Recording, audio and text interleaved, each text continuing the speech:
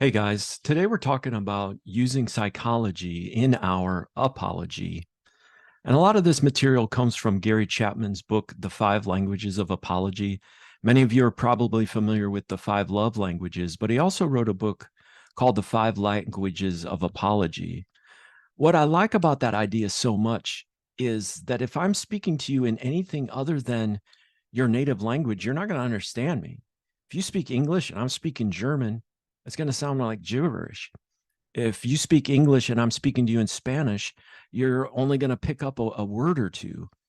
And the same is true with the way we apologize. Oftentimes, the way that we apologize to someone doesn't resonate with them because you're not speaking their language.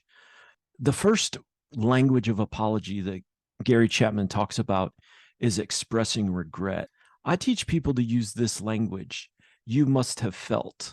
Sometimes it's not enough just to say, hey, sorry, or my bad. I mean, that's fine if I accidentally bumped into you in the store, but imagine a husband and wife had an argument and the argument gets real heated, and in the heat of the moment he shoves his wife, and maybe the argument dies down and they go to bed, but next morning he needs to apologize. What he can say is, you must have felt. That's powerful. Honey, I'm really sorry that we had an argument. I'm especially sorry that I shoved you.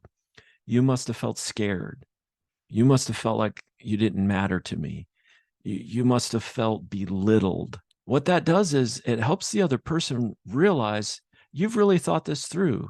This is more than just words. It's more than just I'm sorry. You're saying, I'm sorry. You must have felt.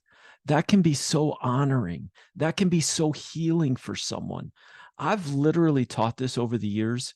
And like so many things, I've had people come back to me and say, Brian, that has been so powerful. That has helped heal marriages, heal families. Not just I'm sorry, but you must have felt. That is a way to express regret and really help bring healing to your relationship. The second language that he talks about is accepting responsibility. That is doing exactly what it says. We need to accept responsibility. That means we can't blame, excuse, deny, or minimize. Going back to that illustration that I used of a husband shoving his wife, he might say, I'm sorry that yesterday we had a fight.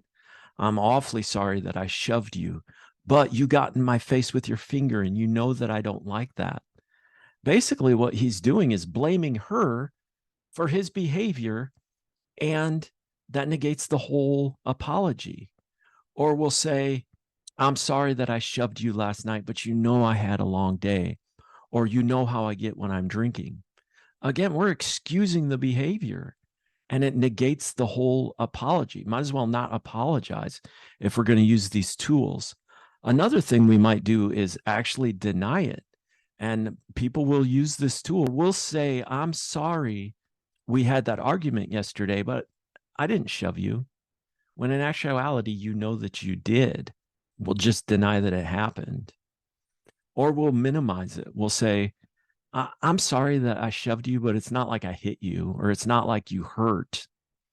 And again, when we use these tools of blame, excuse, deny, or minimize, we basically negate the whole apology. And you've probably heard people say that before. If you say, I'm sorry, but whatever you say after that basically negates the whole apology. So we need to accept responsibility. The third thing that Gary Chapman talks about in his book, The Five Languages of Apology, by the way, I'll put a link to the book in the description below because it's a good read. He talks about making restitution when possible. And the truth is, this doesn't apply always. You can't always make restitution. For example, that example we've been using about the husband shoving his wife, there's really no way that we could make restitution for that. Just don't do it again.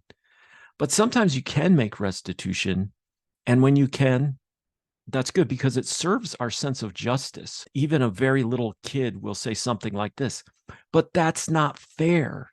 We have an innate desire for justice. We want things to be fair. So if you stole $10 from me, I want it back. I have that sense of justice. So you can make restitution. If I forgot my wife's anniversary, I can make it up to her. Honey, I know that we can't go out this weekend, and I'm sorry that I forgot, but maybe next weekend I'll take you out to eat. Maybe we'll get a hotel and do something special. And the fourth is genuine repentance. This reminds me of how young children will sometimes say, I'm sorry, over and over and over, so much to the point that your I'm sorry means very little. I need to see some change. And the truth is, with you and I, sometimes we've said I'm sorry so many times and we've gone back to the same behavior. Our I'm sorry means very little. It's this principle that talk is cheap. I need to begin to see some action. So let's have some genuine repentance.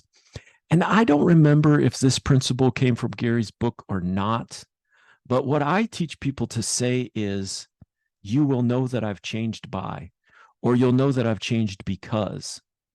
Basically, what you're saying is, I'm going to give you something concrete that you're going to be able to look at and say, 2 days from now or a month from now, you can look back and say 100% I did this or I didn't. An example would be, you'll know that I've changed because you're never going to see alcohol in the house anymore. You'll know that I've changed because I'm going to keep my cell phone unlocked and you can look at it whenever you want. You'll know that I've changed because starting today, once a week, you're going to see me going to my AA meetings or my NA meetings. A powerful tool is genuine repentance. You'll know that I've changed by. And the last of the five is to literally say, will you forgive me? And this is powerful because when I'm saying, will you forgive me? What I'm saying is this: you've got this hurt, and I understand that. You're holding on to this hurt. And when I'm saying, will you forgive me? What I'm saying is, can I take that back? I don't want that to hurt you anymore. Will you forgive me? Now, what's fascinating is it's very difficult to say sometimes. And I think the reason that it's hard for us to say is because we're powerless. When I say, will you forgive me? I give up complete control. And you might say no, and some people do. Or some people will say, I'm not ready to forgive you. And we have to say, that's okay. I remember doing therapy with people in prison. It's something that's called an open chair. And you will have someone sit in a chair, but then they're sitting across from an open chair.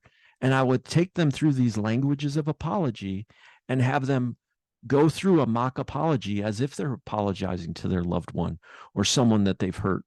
And time again, people will be able to go through the languages of apology as they have practiced it.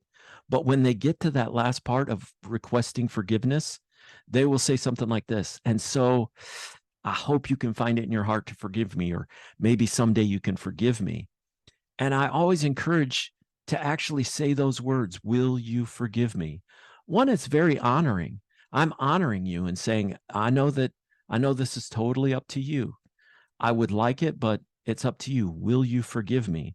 It's a very loving thing to do, to ask, will you forgive me? I'll give you an example of a time that it was so powerful.